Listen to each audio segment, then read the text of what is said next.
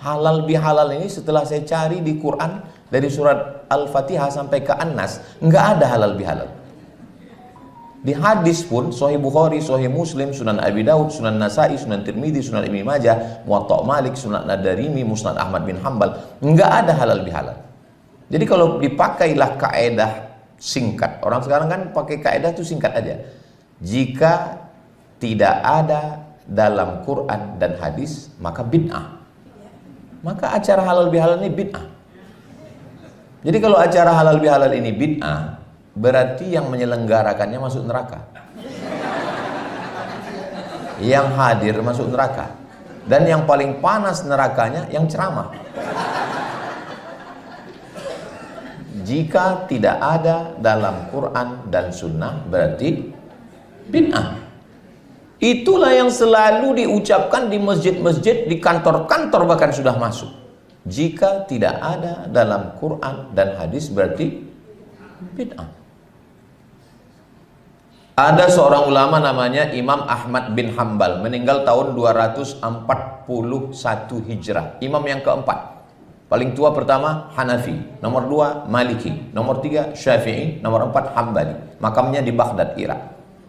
Imam Ahmad bin Hambal punya anak namanya Abdullah. Abdullah ini ditanya, "Wahai Abdullah," "Iya."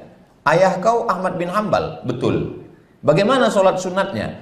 "Ayah saya sholatnya sehari semalam 300 rakaat, 300 rakaat." Itu kalau dipakai kaidah tadi, jika tidak ada dalam Quran dan Sunnah bid'ah, berarti Imam Ahmad bin Hambal masuk neraka. Karena nggak ada Nabi melaksanakan sholat 300 rakaat. Sahih itu riwayatnya Pak Ustaz. Sahih, ada dalam kitab Syiar A'lam An-Nubala, ditulis oleh Imam Az-Zahabi. Kalau mau cari biografi ulama, kitabnya yang paling bagus, Syiar A'lam An-Nubala, yang menulisnya oleh ahli hadis Imam Az-Zahabi.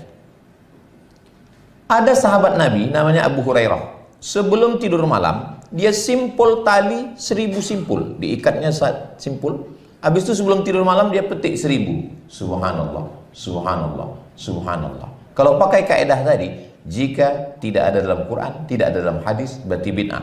Berarti Abu Hurairah masuk neraka.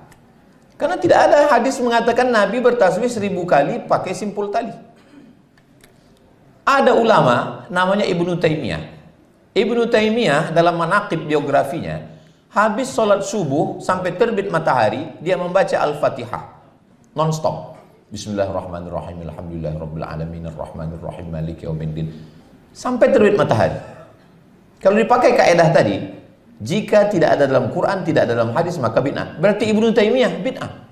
Karena tak pernah dilakukan Nabi. Saya pernah juga terpikir mau saya tulis buku orang-orang yang masuk neraka gara-gara kaidah ini. Banyak sekali orang masuk neraka gara-gara kaidah ini. Jadi surga itu cuma untuk dia, bininya, sama mertuanya. Begitulah luasnya surga, hanya 3 orang aja isinya. Mubazir sekali. Jadi siapalah yang menyelesaikan konflik ini? Imam Syafi'i. Kata Imam Syafi'i, walaupun perbuatan itu tidak ada dalam Quran, tidak ada dalam hadis, tapi perbuatan itu baik dan tidak bertentangan dengan Quran dan hadis, maka perbuatan itu adalah bid'atu huda. Jadi bahasa yang asli dari Imam Syafi'i bukan bid'ah hasanah, bid'atu huda. Baru datang Imam Ibnu Hajar Al-Asqalani pada abad ke-7, abad ke-8, baru dia katakan namanya bid'ah hasanah.